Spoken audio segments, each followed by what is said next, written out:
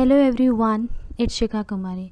Today हम inflation के बारे में पढ़ेंगे कि इन्फ्लेशन जो है वो कितना राइज़ हो रहा है, क्यों राइज़ हो रहा है, इसके रीजंस हम थोड़ा जानेंगे। तो ये द हिंदू का आर्टिकल है, रिटेल इन्फ्लेशन ईज टू 7.04%। तो इन्फ्लेशन का मतलब होता है महंगाई।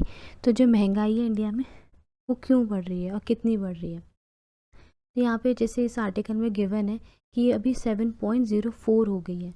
ठीक है, तो अब जैसे यहाँ पे हमारा ग्राफ शो हो रहा है कि पहले हमारा आर्टिकल इतना था, मतलब पहले 2017 में इतना लो था, फिर थोड़ा बढ़ा, फिर कम हुआ, फिर एकदम से इतना 2020 में इतना बढ़ गया था।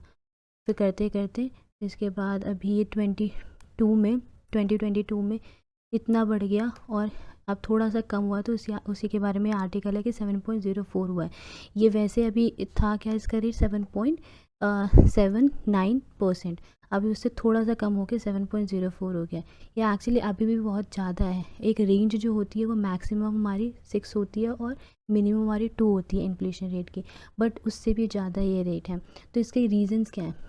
इसका जो मेन रीज़न वो ये है कि food price inflation which had the hit in 17 month high of 8.331% in April and eased a little to 7.97% in May, thanks to declining rural food inflation to 7.76 from 8.5%। थोड़ा सा डिक्लाइन हुआ है। तो उसी के बारे में ये आर्टिकल है कि पहले मई से और अप्रैल में कितना डिफरेंस आया।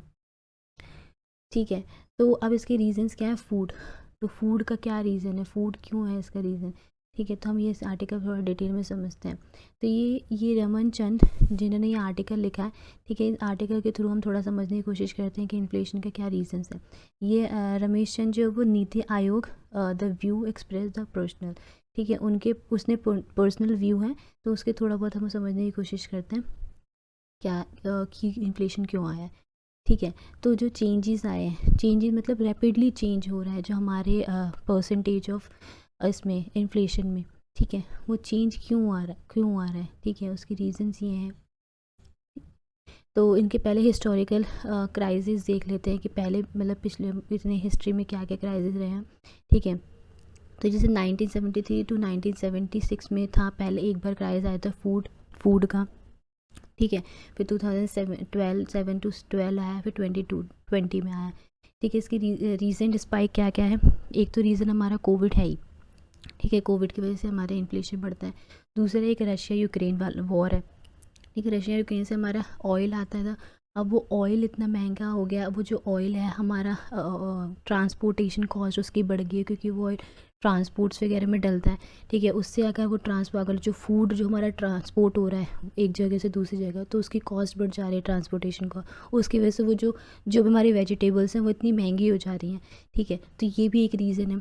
दूसरा थर्ड रीज़न ये हमारा है कि क्लाइमेट चेंज है।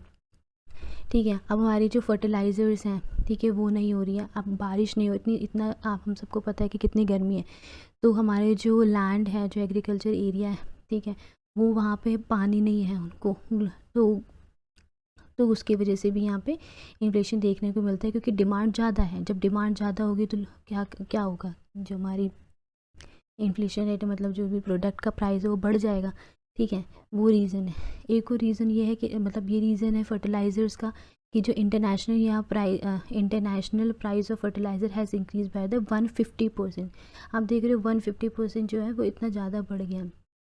ठीक है, जो मतलब ये increase from the less than 1000 to more than 3000 in the last 15 months. ठीक है, ठीक है, इम्प्लीकेशन यहाँ पे इम्प्लीकेशन फॉर द इंडिया है कि जो एक्सपोर्ट और इम्पोर्ट एग्रीकल्चर सेक्टर है, ठीक है, constituting 13% of gross value added in agriculture during 2021।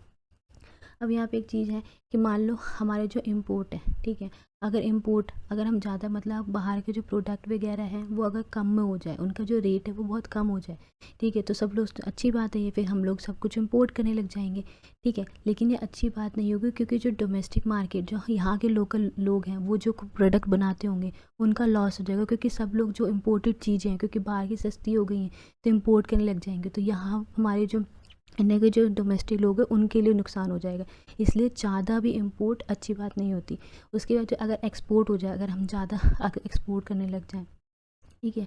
लेकिन वो भी चीज़ नहीं होगी अच्छी, क्योंकि अगर हम ज़्यादा एक्सपोर्ट कर देंगे तो हमारे जो लोग हैं, जो ये इंडिया के इंडियन लोग हैं, उन लोगों को वो प्रोडक्ट नहीं मिलेगा, क्योंकि वो सब कुछ एक्सपोर्ट कर दिया जाएगा। इसीलिए यही एक रीज़न था कि जो वीट है एक्सपोर्ट रिस्ट्रिक्शंस, ठीक है, एक्सपोर्ट पर रिस्ट्रिक्शन कर दी गई थी वीट की, क्योंकि अभी वीट जो है हमारा गेहूँ का बहुत ज़्यादा देखने को मिला था कि लोगों के पास नहीं है, लोग मतलब बाहर की कंट्रीज़, मतलब रशिया यूक्रेन की लड़ाई हुई थी तो उनके पास तो वीट है ही नहीं, तो उनको चाहिए था कि मतलब इतना लाइक यहाँ पे लिखा हुआ है the international market is looking for the around 50 million tons of wheat, ठीक है। तो उनको वीट चाहिए थी 50 मिलियंस, ठीक है। और विच इज़ द, यहाँ पे एक चीज़ और, यहाँ पे the close of the half the wheat production in the country and more than 2/3 of the wheat है that comes to the market. तो 2/3 ऑफ द मार्केट है वो रशिया यूक्रेन को चाहिए था, इसलिए गवर्नमेंट ने यहाँ पे बैन कर दिया है वीट पे कि वीट जो एक्सपोर्ट नहीं होगा, क्योंकि अगर बाहर चला जाएगा सारा वीट तो इंडियन लोगों को वीट नहीं मिलेगा, उनको गेहूँ मिलेगा ही नहीं, क्योंकि सारा तो एक्सपोर्ट कर देंगे, क्योंकि उनको तो लगता है कि अगर ज़्यादा डिमांड होगी तो ज़्यादा प्राइस होगा, ठीक है, मतलब हमें ज़्यादा एक्सपोर्ट करने को ज़्यादा पैसे मिलेंगे इंडियन लोगों के हिसाब से। बट लेकिन जो नॉर्मल पब्लिक है उनको गेहूँ मिलेगा ही नहीं, क्योंकि सब कुछ तो एक्सपोर्ट हो जाएगा। इसलिए यहाँ पे गवर्नमेंट ने बैन कर दिया है वीट को। तो और यहाँ पे ग्लोबल इम्पैक्ट क्या है, the green revolution technology which spread in the developing countries for from 1970 to 1990s help the keeping food prices low and relatively stable, ठीक है। ग्रीन रेवोल्यूशन टेक्नोलॉजी थी वो इम्प्रूव करनी चाहिए हमें। जो हमारे ये ग्रुप हैं, क्या कहते हैं, consultative group of international agriculture research, इनको कुछ ऐसी टेक्नोलॉजीज़ बनानी चाहिए जिससे हमारा प्रोडक्ट, हमारा जो इन्फ्लेशन रेट है, जो हमारा फूड का इतना कॉस्ट हो रहा है, सब चीज़ें कम हो, ठीक है। और biofuel protocols have contributed to the global food crisis for the second time in the last 15 years, ठीक है। तो ये एक रीज़न है, climate changes are going to be an additional source of supply so in the ahead and the situation require coordinated and timely action by the global community. तो जो ये सब चीज़ें, इनको देख के कि क्या चीज़ हम कर सकते हैं, टेक्नोलॉजीज़ क्या क्या इम्प्रूव कर सकते हैं, ठीक है, ये सब हम चीज़ों को देखनी चाहिए। जैसे एक वीट का एक्शन लिया गया, वैसे ही एक्शंस लेने चाहिए। जो इंडोनेशिया है वहाँ से पाम ऑयल आता था, ठीक है। अब पाम ऑयल क्या किया उन्होंने, वहाँ पे बहुत ज़्यादा पाम ऑयल होता है इंडोनेशिया में, ठीक है। तो उन्होंने क्या किया कि जो पाम ऑयल था और जो पेट्रोल था उनको मिक्स करके उन्होंने ट्रांसपोर्ट में यूज़ करने लगे। लेकिन ये चीज़ बहुत गड़बड़ हो गई, क्योंकि जो पाम ऑयल था वो खाने की चीज़ है, तो फूड हंगर हो गया उससे। तो this is also not the solution कि अगर कोई चीज़ कम हो रही है तो उसकी रिप्लेसमेंट में हम कुछ और चाहिए, क्योंकि वहाँ पे भी वो कम हो जाती है। तो this is the inflation story. Hope you like this video, and thank you for watching this video.